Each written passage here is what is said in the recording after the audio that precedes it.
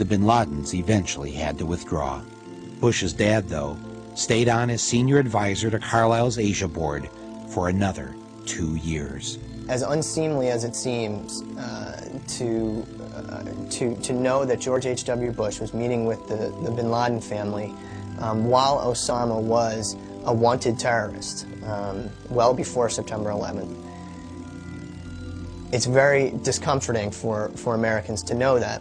George H.W. Bush is a man who has obviously incredible reach into the White House. He receives daily CIA briefings, which is the right of any ex-president, but very few ex-presidents actually exercise that right.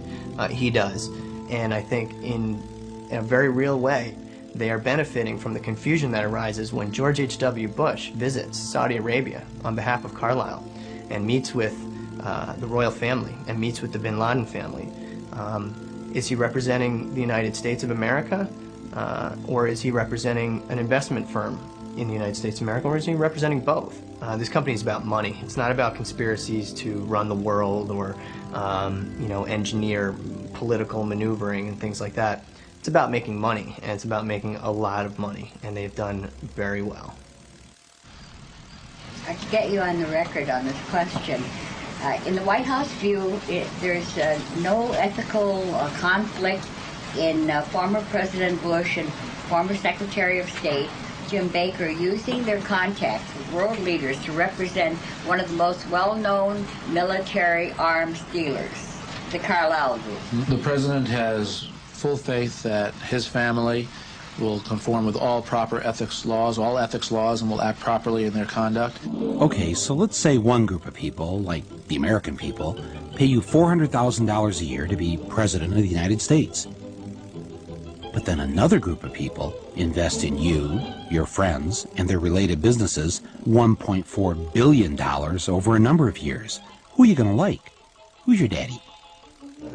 Because that's how much the Saudi royals and their associates have given the Bush family, their friends, and their related businesses in the past 3 decades. Seems like a very nice reunion with friends. Is it rude to suggest that when the Bush family wakes up in the morning, they might be thinking about what's best for the Saudis instead of what's best for you or me?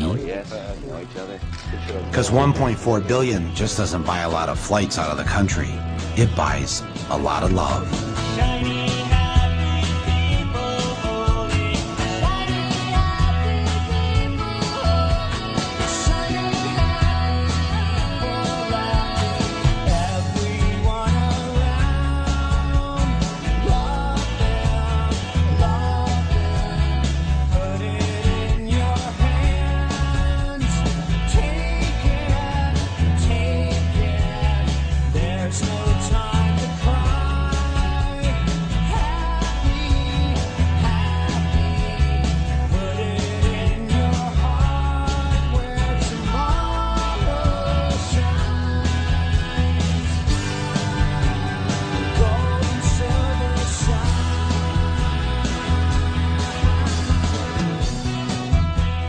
Sooner or later, this special relationship with a regime that Amnesty International condemns as a widespread human rights violator would come back to haunt the Bushes. Now, after 9/11, it was an embarrassment, and they preferred that no one ask any questions. The investigation should have begun on September 12th. There's no reason why it shouldn't have.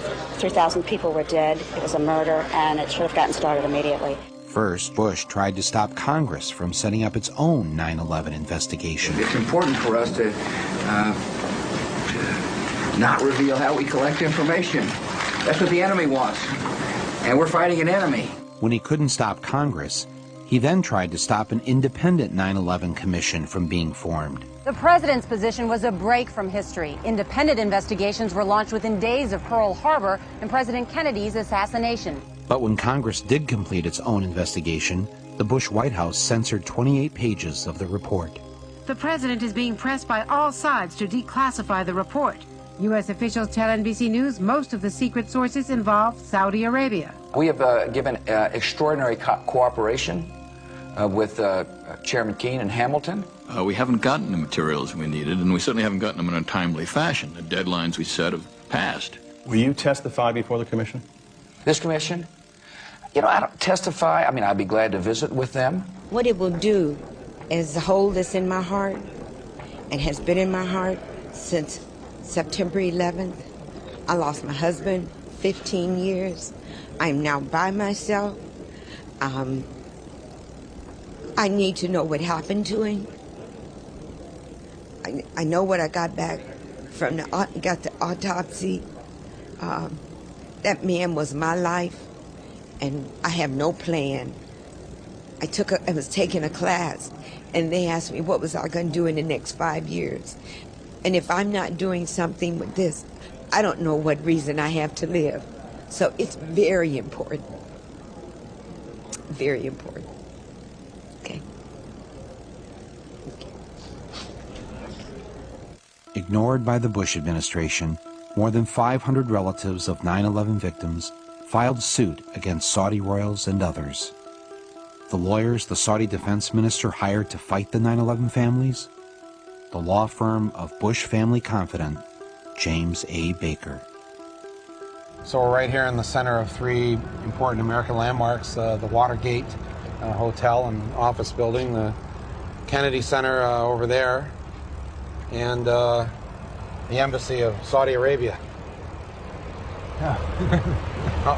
How much money do the Saudis have invested in America, roughly? I've heard figures as high as $860 billion. $860 billion? Billion. That's a lot of money. A lot, yeah. And what percentage of our economy does that represent? I mean, it seems like a lot. Well, in terms of investments on Wall Street, in American equities, it's roughly 6 or 7% of America. They own a fairly good slice of America. Wow. And most of that money goes into the great blue chip companies. Citigroup, Citibank is the largest stockholder, is a Saudi. AOL Time Warner has big Saudi investors. So I read where like the Saudis have $1 trillion in our banks of their money. What would happen if like one day we just pulled that $1 trillion out? $1 trillion, that would be an enormous blow to the economy. Right. Mr. Moore, can I speak to you for a moment, please, sir? Yeah, sure. How are you doing? Yeah, good. How you doing? Steve Kimball, Secret Service. How are you doing, sir? Yes. We're just ascertaining information regarding. Are you doing a documentary regarding the Saudi Arabia embassy or chancery? No, I am doing a documentary, and part of it is about Saudi Arabia. Even though we were nowhere near the White House, for some reason the Secret Service had shown up to ask us what we were doing standing across the street from the Saudi embassy. Here to cause any trouble or anything, and is that? No, that's fine. We just wanted to make sure. We just wanted to get some information as far as actually what was actually what's going on. Yeah. I didn't realize the Secret Service guards foreign embassies. Not usually, no, sir. No. Do they give you any trouble, Saudis? No comment on that, sir. Oh, okay. Well, I'll take that as a yes. All right, good. Thank you very much. Thanks for the work. It turns out that Saudi Prince Bandar is perhaps the best protected ambassador in the U.S. The U.S. State Department provides him with a 6-man security detail. Considering how he and his family and the Saudi elite own 7% of America, it's probably not a bad idea. Prince Bandar was so close to the Bushes they considered him a member of the family, and they even had a nickname for him, Bandar Bush. 2 nights after September 11th, George Bush invited Bandar Bush over to the White House for a private dinner and a talk. Even though bin Laden was a Saudi, and Saudi money had funded al-Qaeda, and 15 of the 19 hijackers were Saudis, here was the Saudi ambassador casually dining with the president on September 13th. What were they talking about? Were they commiserating or comparing notes? Why would Bandar's government block American investigators from talking to the relatives of the 15 hijackers? Why would Saudi Arabia become reluctant to freeze the hijackers' assets?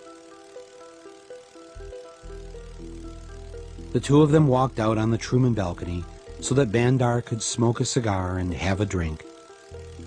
In the distance, across the Potomac, was the Pentagon, partially in ruins. I wonder if Mr. Bush told Prince Bandar not to worry, because he already had a plan in motion. You come in September 12th ready to plot what response we take to al-Qaeda. Let me talk about the response that you got from top administration officials. On that day, what did the president say to you? The president, in a very intimidating way, left us, me and my staff, with the clear indication that he wanted us to come back with the word that there was an Iraqi hand behind 9/11, because they had been planning to do something about Iraq from before the time they came into office. Did he ask about any other nations other than Iraq? No, not at all. It was Iraq, Saddam, find out, get back to me. And were his questions more about Iraq than about al-Qaeda? Absolutely. Absolutely. He didn't ask me about al-Qaeda. And the reaction you got that day from the Defense Secretary, Donald Rumsfeld, from his assistant, Paul Wolfowitz? Well, Donald Rumsfeld said, when we talked about bombing the al-Qaeda infrastructure in Afghanistan, he said there were no good targets in Afghanistan. Let's bomb Iraq. And we said, but Iraq had nothing to do with this. And that didn't seem to make much difference. And the reason they had to do Afghanistan first was it was obvious that al-Qaeda had attacked us.